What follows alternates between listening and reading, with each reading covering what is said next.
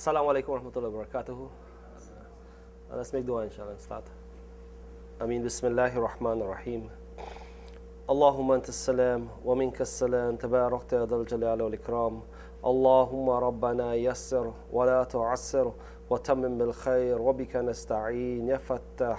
Subhanaka la ilma lana illa ma 'allamtana innaka antal alimul hakim. فسبحان ربك رب العزة عما يصفون والسلام على المرسلين والحمد لله رب العالمين. قال رب اشرح لي ويسر لي أمري واحلل عقدة من لساني يفقهوا قولي. Inshallah, we're going to continue on page 525, where we were talking and mentioning concerning Istikhara. And saying and mentioning about Istikhara being that important aspect or one of the prerequisites basically in the preparation in choosing a spouse.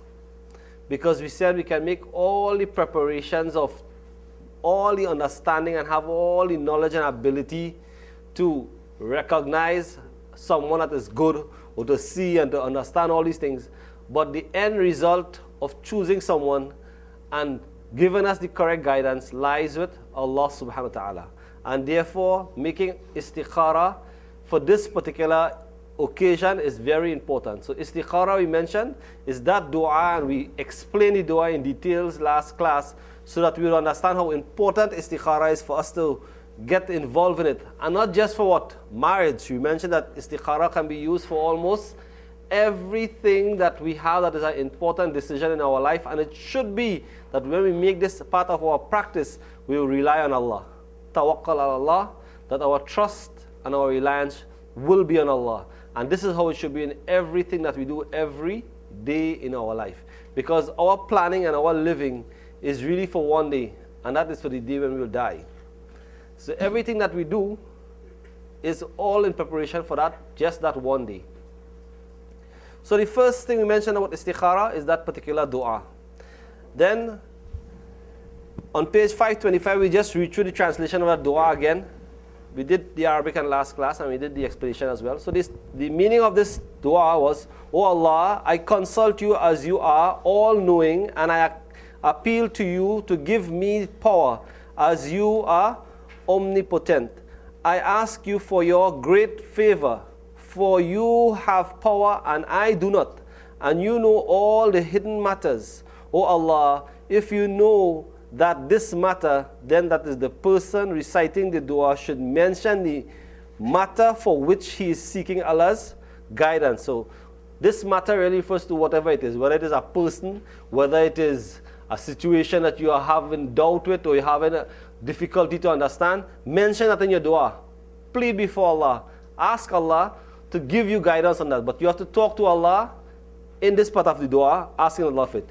If this is good for me in my religion, my livelihood, or for my life in the hereafter, or he said, for my present and future life, then make it easy for me. And if you know that this matter is not good for me in my religion, my livelihood, and my life in the hereafter, or he said, for my present and future life, then keep it away from me and take me away from it, and choose what is good for me wherever it is, and please me with it. This hadith found in Sahih Bukhari.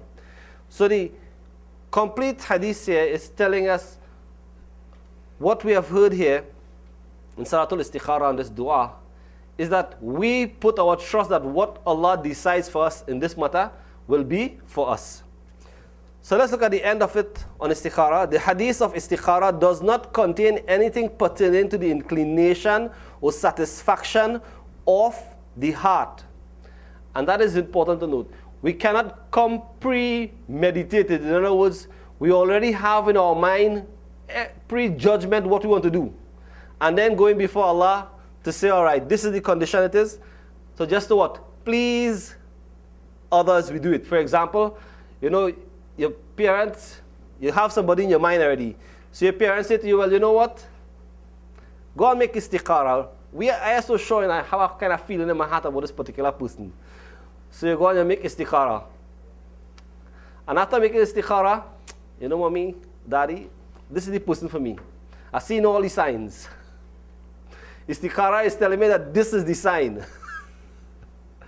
Now, if this be that, you know, you go to istikhara just to please your parents in the position that, you know, that istikhara is fulfilled, the rights of istikhara is done, then we really what? Have lost the purpose of what istikhara is all about. Because istikhara is not just to do it with the intention that at least my parents know that I did istikhara, so no, that is accomplished. We finish. No. If we go to istikhara like this, then we have not fulfilled the rights and the haqq of Allah. We are being deceptive to who? One, our parents. And two, we are making a mockery in front of Allah of what Allah has made for taqdeer, destiny. So this is not a joking matter or something that we should what? Take lightly. And the condition is that we must be mindful of it. That if we go before Allah, in our intention is not just to what? Please Allah, but it's to what? Just fulfill our requirements so that my parents might, you know, won't waver and think X, Y, and Z, but at least they'll see my son or my daughter, he or she is praying to Allah and asking Allah for guidance. But this time in the back of their hearts, they already say, this is just to make sure my parents know that I just do something for them. Premeditated. Shouldn't be like that. Istikhara should be very clear from the heart. You are doing it so that Allah will guide. And this is how it should be for all of us, in any matter.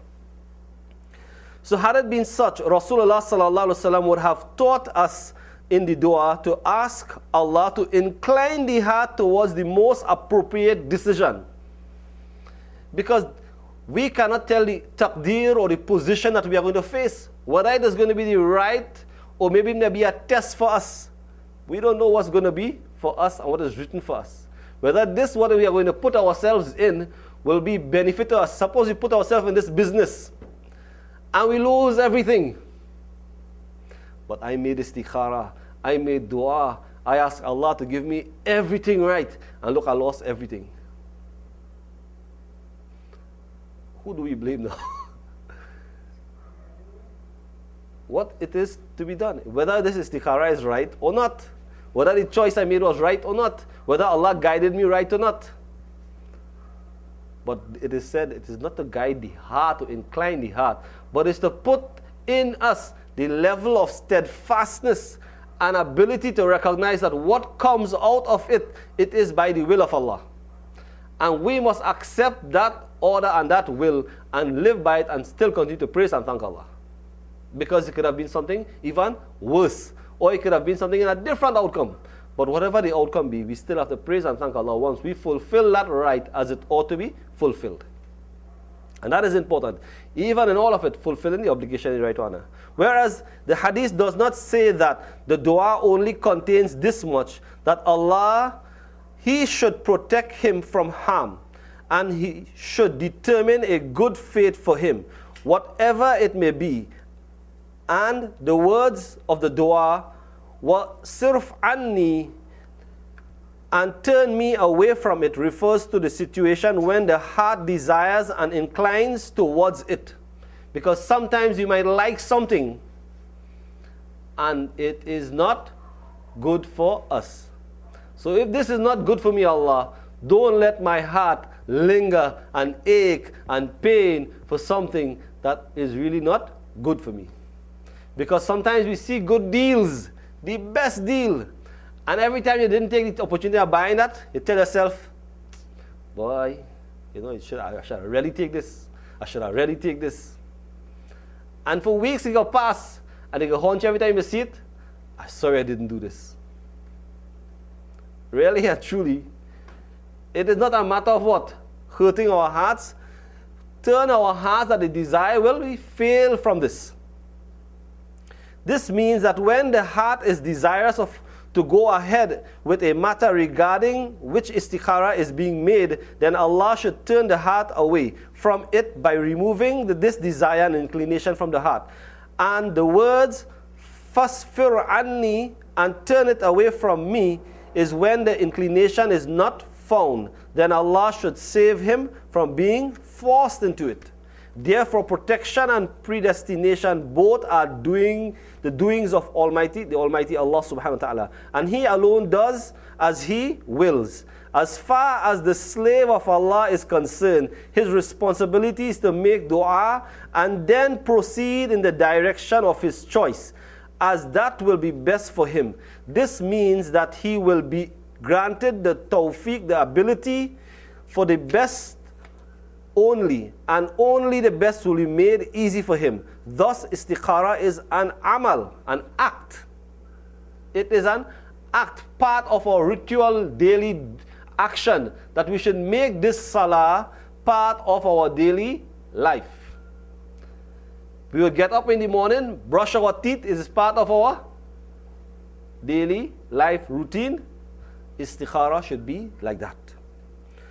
And that helps to determine the best for a person. In essence, once the mustakhir, that is the person who performs the amal of istikhara, the action of istikhara, submits himself before Allah, hands his matter over to Allah, asks Him for strength, becomes steadfast with his choice, and begs Him for protection from evil and harm, and to grant him good. Allah accepts it from him, destines good for him, protects him from harm, and keeps him in His care. After that, whatever direction he takes will be for his betterment, even though his heart may be disinclined to it. No matter what it is, once you make that choice, you just go forward and leave it in the hands of Allah. With regards to taqdeer, that is destiny, it should coincide with tawakkul, trust, before its occurrence, and rada, after it has already occurred. Tawakkul is to place one's total trust in Allah, and rada is to be pleased, or rada is to be pleased with the decision of Allah.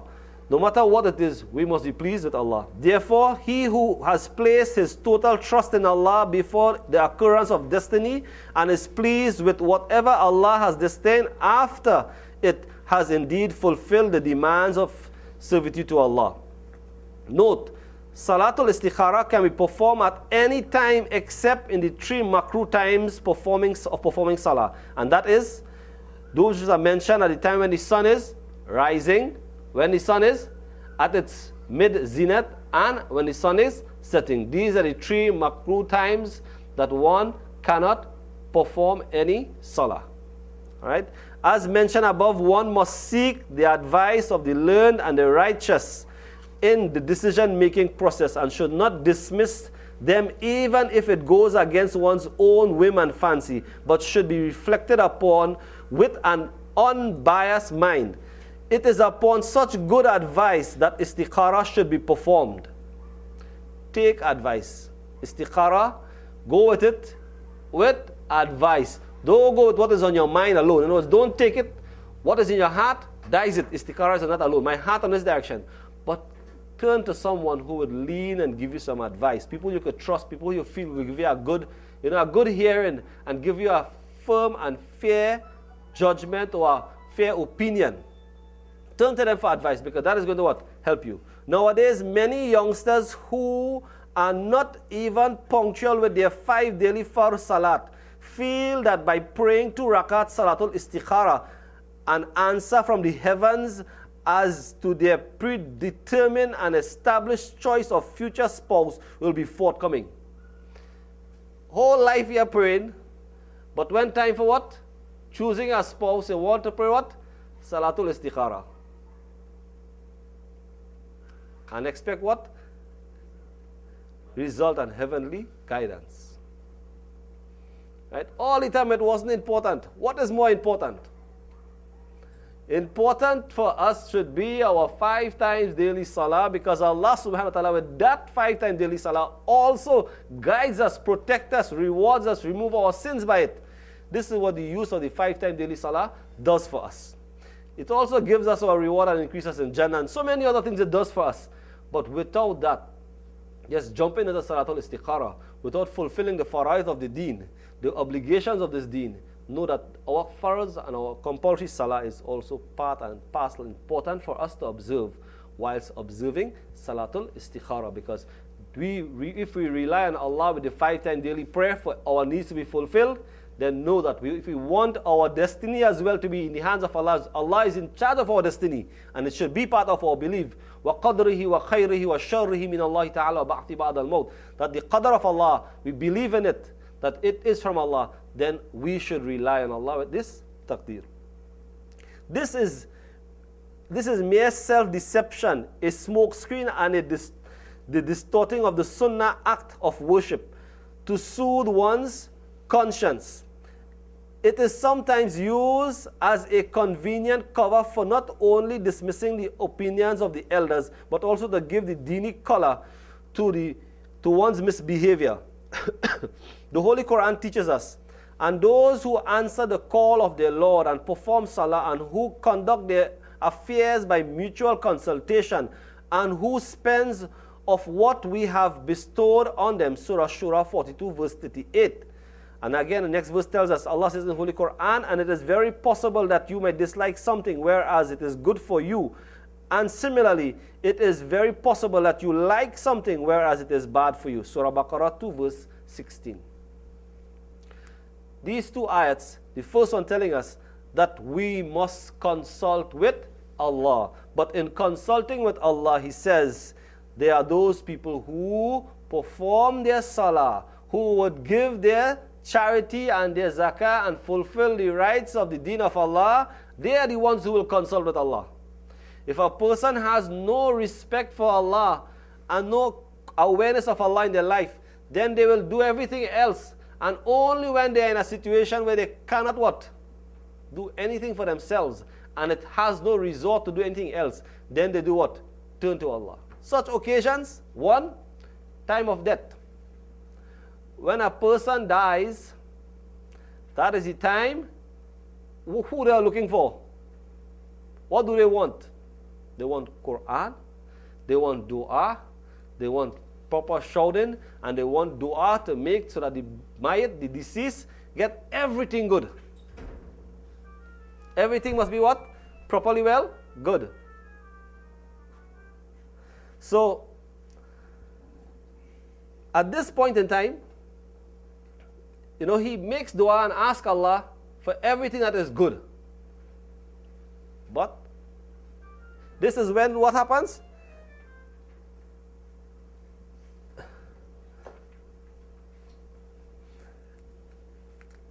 He asks for everything that is good.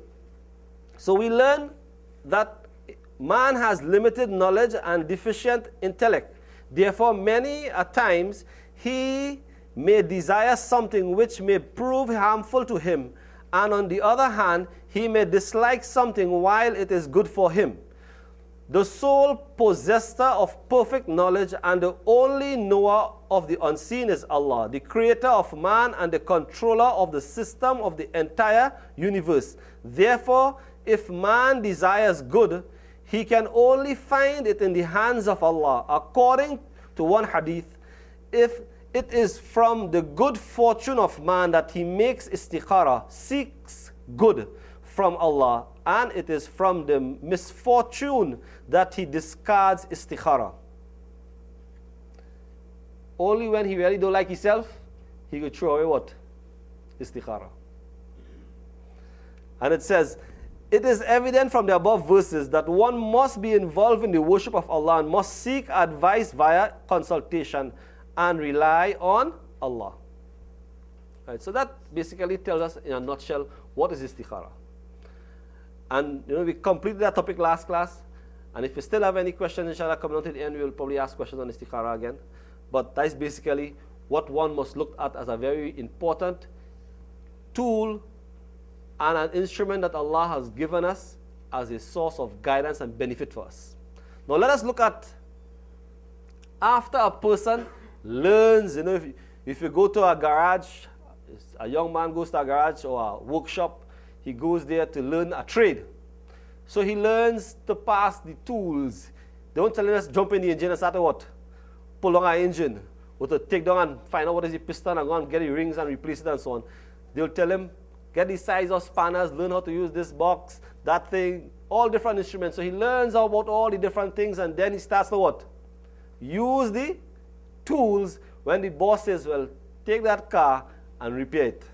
Now he knows what tools he must have, what diagnostic tests he must go through, and he understands everything about what? The where-it-all before he actually goes and fix somebody's car. And still, before the car leaves the what? Garage or the workplace, the boss will come and check and make sure everything is what? Fitted properly and serviced properly. And then what? He gets the okay to what? Leave with the vehicle. Otherwise, it doesn't happen just like that, because he's learning the process of getting it right. So we have learned now the process of how to deal with or how to look at a spouse. What are the things we must do? So we learn now how to pass the what? Tools. We learn about the use of the tools. We learn about all the aspects that will benefit an individual when it comes to the working knowledge of what? Choosing a spouse. But this is just one part of it. Now, we have to put this working knowledge into action. We have to put this working knowledge into action. So after learning all the prerequisites, like for Salah, a person has to jump in Salah, he now comes in the deen, he accepts Islam. You tell him, start to pray. Man never learn what? Surah Fatiha. He don't know extra. He don't know about wudu. He don't know about istinja. He don't know any of these things. You tell him you have to pray 5 times a day, one time. He's going to be at what? A loss. He doesn't know what direction you're sending him in. Pray. He needs to turn east, west, north, or south. You're teaching not much. You have to pray 5 times a day. Before that reaches that stage, he has to learn all the prerequisites before what? From the washroom, go back to wuzu to what? All the essentials of Salah, in Salah, out of Salah, whilst in Salah, everything he has to learn, and then start to what? Pray. So these are the prerequisites that one must learn. Prerequisites before one chooses a spouse. So it's not just a simple thing just to see somebody and what? Ready to what? Get married? Prerequisites to a spouse must come first. We must know what we are looking for. What we are looking for in a boy, what we are looking for in a girl. Who we want as our spouse and our mate in life, we must know these prerequisites before making that choice. Otherwise, you drive it, you give a child, take a chance on the road, man. Drive, go down the road there. First time you put him on a steering, and all he know what, you see, that is X, that is brakes, that is thing. You just mash and go. When you stop, just mash that. What you going to expect? This is how sometimes we send our young boys and girls outside there. Mash X, mash brakes. Any direction. So sometimes this is what it ends up being. And they're not only crashing who? Themselves. They're destroying the lives of so many other what? People outside there. Because we give them what? That privilege. Without the knowledge. Without the important information of knowing what to do. And that is the biggest danger in it. So, we now come to the important part of it now. So we finish all the prerequisites. Now we're going to learn now how to put those tools, all the regulations, into the action form now. And the first of those action form is etiquettes of the proposal, the engagement to a woman or to a man. How does this take place? Now, proposal in Islam, and I'm making a very simple form first. If I ask the question, how many of us before we have gotten our wives or our husbands had that husband or that wife being brought to us by our parents? Or did we make our choices on our own and tell our mothers and our fathers, this is the person who I am going to get married to? Or did we just come and say, I am married to this person? All right?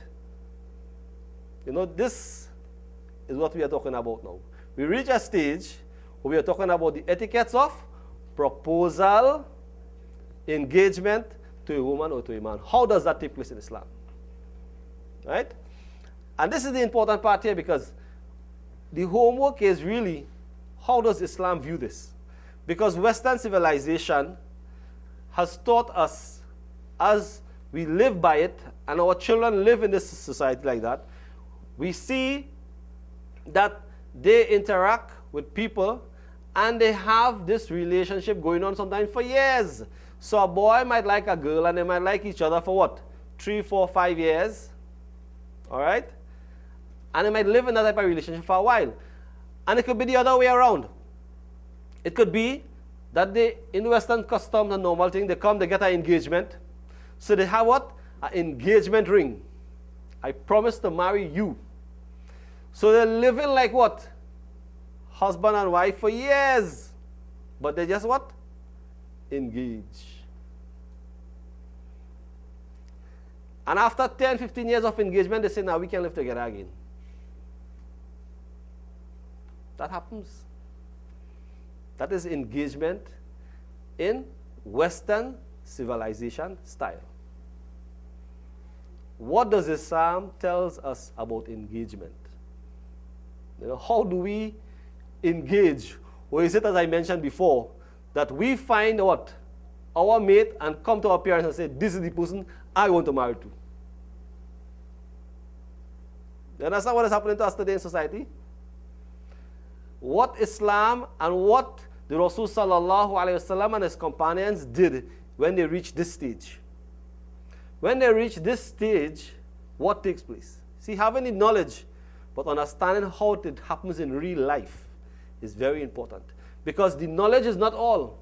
It is how it is applied. It is how it is lived. It is how to bring back what is beneficial to all of us, to bring this deen and to bring ourselves to a respectable position. And to understand that is to understand where we are. And we understand what Western civilization is. And we can all bear testimony to that. We see this every day around us. We see people, they just engage and they say they're living. And sometimes they just live in a common law relationship because they're even afraid to get married because they're afraid they mash up. Some people have this kind of, what do you call it, premonition that if they get married, they can't live together. They're afraid to marry, but they can live together, but they can't get married in real lawful way. Or they must just engage and they can live. But sometimes they engage for years and they get married after and they break up. You see, we shouldn't get married, just remain engaged. All right? So the whole idea is what? The dangers that we face when it comes to this important part of it. So having istikhara, yeah, but when that comes, istikhara and all the other actions now comes into action when we reach this stage. So this stage tells us where we're now going to understand. We have discussed above the working knowledge of the etiquettes that every male and female Muslim must be equipped with, so as this at this time when one is ready for marriage and a proposal is brought before her or him, as the case would be, they can now put into practice those things that Allah and the Messenger of Allah sallallahu alaihi wasallam has guided them upon. So it says, it is unfortunate in our times that the etiquettes of proposal and engagement has lost its true origin and the purpose for the great number is for a great number of reasons. Why? A number of reasons. The main objective of engagement today has gone through the back door. Rarely hear people talk about engagement nowadays. Right? What is really engagement? They say that's a kind of pastime kind of thing. Engagement. We know that in our society today, you don't even what? See that kind of thing. So really, what is that engagement? Based on the structure of our society today, our young men and women are freely mixing in public, school, workplace, etc. in social networks. And you know how social network works today. You know everybody's business, and you know everything about everybody. And I guess maybe the best things you might want to know too.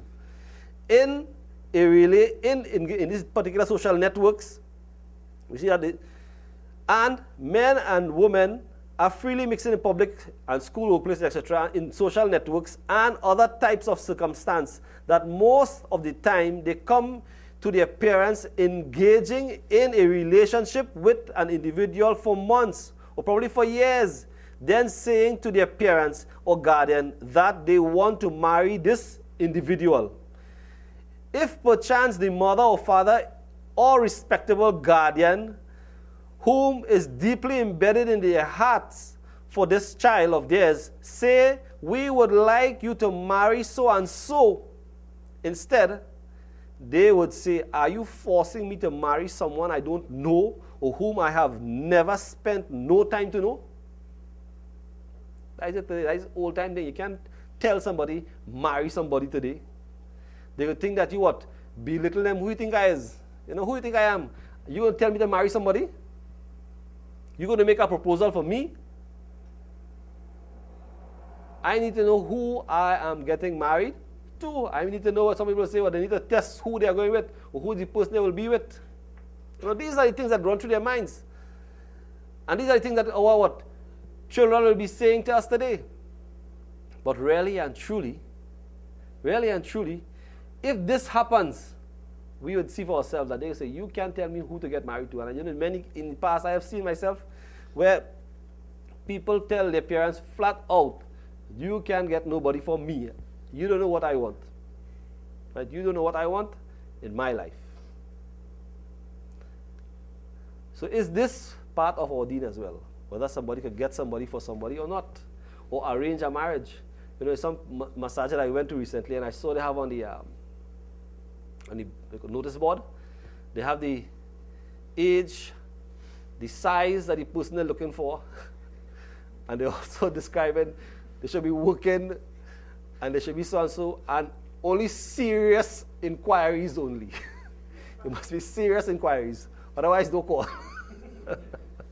So, I think to myself, I said, no, the marketing what? Marketing our brothers and our sisters on the notice board. If this is the correct attitude towards what? Getting a spouse or arranging a marriage, or it is done in the same way on what? I reflect immediately. I said, but this is the same way it is done on those dating services on the internet. And in many different places, this is what has been portrayed. Now, I'm not saying it may not be the best, or it is the best way, or it is the wrong way. I'm not saying that. But what is the sunnah way? What is the right way? And that is important. Because we might be, on the right thing at all times. I mean, thinking we're the best for ourselves. But are we doing the right thing by doing that particular action? Putting up our what? A notice on the notice board, who we are looking for, or putting ourselves in such position that we are actually marketing ourselves like this. Really and truly, this sometimes it sounds and looks as though people are really what? Desperate, and it's very difficult to get someone. It's very difficult to get someone. But really and truly, it should never be in the hearts of an individual who wants to get married and thinks they have to get somebody and this is the only way to do it. Because it is not the right way. The only way that Allah has shown us is through Allah. You make dua, you keep yourself on deen, you do the things that are right, and people will be looking for you, and Allah would send people looking for you. Allah would send people looking for you. That is the way it is. And that is the right way. But when you see it, you have to look at it and be amazed how far we have gone on depending on other human beings to make choices. Or to someone to give us, or we are marketing ourselves. That's one of the saddest things that sometimes when you look at it this way. No, I'm not criticizing or condemning. Let's get it right. I'm not doing that. What I'm saying is that the right approach should really be doing what Allah wants us to do, and Allah will put people to look at you, for you, and come to you. And that is the right approach. So it even happens that the parents want their child marry someone whom will bring some economical benefit or maintain some economical benefit as well to the family. This is not a negotiation, but this is a forced marriage. You want your child to marry a particular individual because you're going to maintain some economical benefit or some wealth. That is not what? Marriage. That is forced marriage. And there's no forced marriage in Islam. You can't force somebody to get married. Islam, many people have the misconception that we put our young girls and marry them off, and we marry our boys to whom we want, and they don't have a choice in the whole thing. This Islam tells us that they must give consent.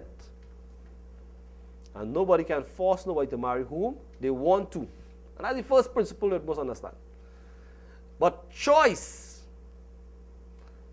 is in the hands of that individual. And that is why we, like when you go to drive, I say you must learn all the regulations. Because you have to be behind that driver's seat, which is a very what? Dangerous and yet very articulate position. Because you can make the wrong turn and destroy everyone, as I said. So that child, that individual who has to make this choice in marriage must be what? Very conscious, because Allah is now putting upon that individual a very, very big and important decision-making process. Allah taught him how to do it through the sunnah of the Rasul sallallahu alayhi wasallam, that he must choose with the knowledge, with the guidance, with istikhara, with Allah in his life, and then make that choice, not on his own. So these are the practices that he must have in his heart, and in her heart as well, so that they must know that they're making a choice like this, and still we cannot tell the eventual outcome of what it's going to be like. We don't know what's going to be, whether it's going to be good, whether it's going to be the best thing or not. We don't know. But this is how serious it is. So that individual cannot be forced to marry somebody that don't want to. But my parents say, if I don't marry him, you're going to lose some money here, you're going to lose some business there. This deen don't have that. It don't have that type of thing. It even occurs after blind dating on the net, listing the type of individual one is looking for. Then they meet for over a dinner, etc., and then decide if it will work or not. So they're chatting on the internet, whatever type of messages they're passing and talking and so on. But now to confirm whether they really, they're blending and fitting, they'll go on a dinner, or they'll try a few dinner. Probably should try breakfast instead. But they're trying dinner. Whichever one. But really and truly, if it doesn't work, they say, now, we are already meshing, so we're going to straight off. All of these possibilities, what? The system of proposal. This is how they make proposal today. Proposal is done like this. It is not by words, but this is the action of people when it comes to proposal. So they propose themselves over what? Dinner, blind dating, doing many different types of things and calling it what? An opportunity to get a proposal across, whether this person will marry me or not, whether this could be the best position. This is how it is done today. Without a doubt, if we ask, as I'm actually in the very beginning, who had made that choice for our spouse that we have today? Who gave us that opportunity to get that spouse? And if we ask ourselves that first question, then we'll know where we are today. And who will make the decision for our children? Who will make the decision for our children in having a spouse of their own? Or what role do we have in seeking the help or giving that guidance to our children in getting a spouse? Or are we close to it? Or when that time comes, they will be like how we were. I say, when you wanted to get married, you get anybody to help you with? You ask your father and mother permission? You get their blessings? Or you do it on your own? You want to do it for me now, but you didn't want to do it for yourself, but me you're concerned about. You understand? This is how it looks at. This is how we look at it. This is what they tell you, It even comes to the point where one individual told me, he says, see what? I married a non-Muslim woman and bring her in Islam. So now the son says, well, I doing the same thing. I go bring somebody in Islam too. You do the same thing, so I do the same thing. What is the point? This is what he sees. This is what he says. So his father now is saying, well, I can't tell him nothing. What are you going to say? How are you going to give him dawat that what he did or what I did was probably not the best thing? But he said, you do it, if you could do it, why I can't do it? So these are the difficulties and challenges we're going to face, because sometimes in our own lives it is what? Sometimes we make decisions in our lives that sometimes we might regret, we might do things that we might regret, but at the same time we come into deen and we start to understand deen better. So sometimes now when we come into this deen, we have to realize how to what? Relate it to our children. Don't let them feel that you what? Are offending them, and that they can't do this and they can't do that and they shouldn't do that and I will be in full control of your life. You cannot do anything that you want. Don't ever try doing that with our children. Because We have not taught them the principles of what Allah wants from them in our proposal, and now we want to control proposals. We want to control proposals, but we did not teach them about what? How proposals are to be what? Done. But we say no, yes, no. So they have no say at all whatsoever. They do. Allah and the Messenger of Allah has told us that they have that say. But that say comes with a big responsibility. With that position, there is a responsibility, and we have to teach them that responsibility. And that is the important thing. How to become responsible in that decision. Because that outcome doesn't affect them in this life only. It affects them in the life of the hereafter. And this I have seen in some of the communities that I've worked in, that when you go to these communities and the husband is a Muslim and the mother is a Presbyterian, a Hindu, or a Christian, and any other form of religion, they don't send their children to what? Classes. They don't send them to learn deen, and they always oppose the husband, that the children always have something else to do. No, I'm not condemning or criticizing individuals. I'm just telling you the reality of what it is. What it is. The husband wants to maintain what? His deen. He wants to maintain his religion. He wants his children to maintain his religion. But the what? Wife is saying, no, I don't want my children that way. That's how a choice that we make could affect us whilst we are down the road. You may not see it then. All we may be seeing is what? Love, person good, the cooking, the taking care of everything, and these things. But when it comes to the children, they're saying no. These are the things that are going to affect us, and not only our men, our women. A woman makes that choice. The husband says, where are you going? You know, you're turning Hindu now. But all this time she's thinking she's what? A Muslim. What do you feel you're going to do? What are you sending my child to do? This is not no make-up story, you know. This is what I hear with my own ears. This is not something I imagine or trying to what? Tell you so you could get thing. All right. So that is one of the points we have to look at. As Muslims, we share a sacred bond with our parents and guardian, and more so with our Creator, who has also mentioned to us the importance of being supportive and helpful in every occasion possible. And that is important, that we must know that this condition of proposal, we must let our children know that you are going to choose somebody, we want to be part and parcel of it. But don't push yourself down the children's throat, but you must make them feel that they are welcome to come to you with someone they have in their mind.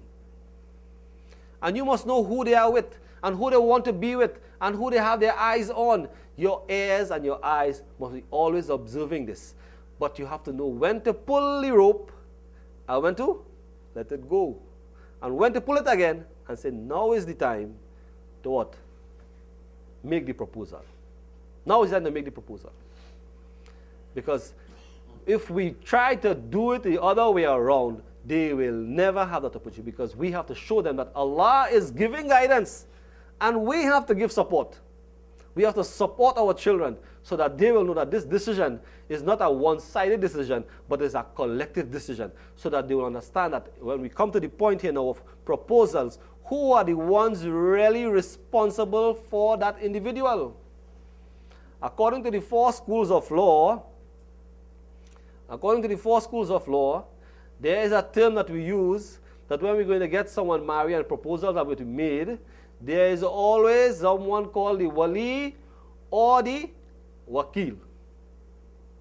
Right, that is two Arabic terminologies that are termed one as a representative. The wali is really the real asl and most important part of it. The wakil is a mere agent. He comes on the line afterwards. But a wali is the one whom is in charge of that individual. Who is the wali? The wali is the father. If the father dies, the wali goes to the grandfather. If the grandfather dies, the wali and leadership goes to one of the sons, or to the brother, or to the uncles. So wilayat doesn't finish. Why? The question is, why wali? Right? And I want you to bear this in mind. And when we continue next class, inshallah, we're going to talk about the wali, because this proposal thing, many people get carried away and thinking that proposal and wakil and wali is only for the day of the marriage, and only at that time. After that, it has no what? No reliance and no benefit again. So wali and wakil is only used for what day? Only for the wedding day itself. But wali and wakil is only used and should be used from the time of proposal, when you're actually making an engagement. This is when wali is what? And should be what? Adopted. Not after that. Alright? So, we'll stop there today, inshallah, and continue on this page. So, any questions? You can ask now, inshallah. So, we're going to the first question. Right? Why could a man have 4 wives? This question is based on the Quran itself. Allah has given that allowance to marry 4, 3, 2, and if you cannot show equity, then only marry 1. That is the ayat of the Quran. Alright? Right? Right? And you can only have 4 at any given time, but equity and showing that love and a proper dealings with women leads to get yourself in the dangers of destruction with women, because it is very easy to turn away from the deen. And that's why Allah, this is the only religion that specifies that a man should only have 1 wife. Allah says so. Right? Because the fear of equity is very important, because if a man ill-treats any a number of wives that he have in any way, on the day of Qiyamah, he raises up with different types of illnesses and deficiencies, which shows on his physical being because of his failure of equity in marriage. And that's one of the most difficult things, and many people think that it's very easy to get married and have 4 wives, maybe for some reason or the other. But having 4 wives means there's some big responsibility, and there's more than to talk about it, because they talk about the social responsibility, the actual responsibility of looking after the woman, and many other benefits like that. But in our society today, most of our women are not equipped for that. Unless they have been guided accordingly to deal with it, then they can deal with it. And some of our men cannot even deal with it neither. All right, they don't have the strength. Sometimes they don't have the ability to deal with it. They don't have the mental capacity how to look after these women, but they want to have 4 women. It doesn't work so easy, because this is a big, big responsibility. And one of the most important things with all of that is knowledge and taqwa. A praying man is the only man, and a person with taqwa and ability, who has the consciousness and the awareness of true Allah in his life, should really then take that approach. But otherwise, even under such condition, there is a great warning. All right, a woman can only have 1 husband. Why? Because Allah mentions about that in the Quran, and the Sunnah has tells us about that. That's a clear thing altogether. But reasoning why now is that when it comes to issues and loins and lineage and so on, only 1 person could plant his seed to produce any type of fruit from that 1 tilt. Let's make dua, inshallah, we close it. اللهم امين اللهم انت السلام ومنك السلام تبارك يا ذا الجلال والاكرام سمعنا وطعنا غفرانك ربنا واليك المصير يا حي يا قيوم بك نستعين يا فتاه فسبحان ربك رب العزه عما يصفون والسلام على المرسلين والحمد لله رب العالمين.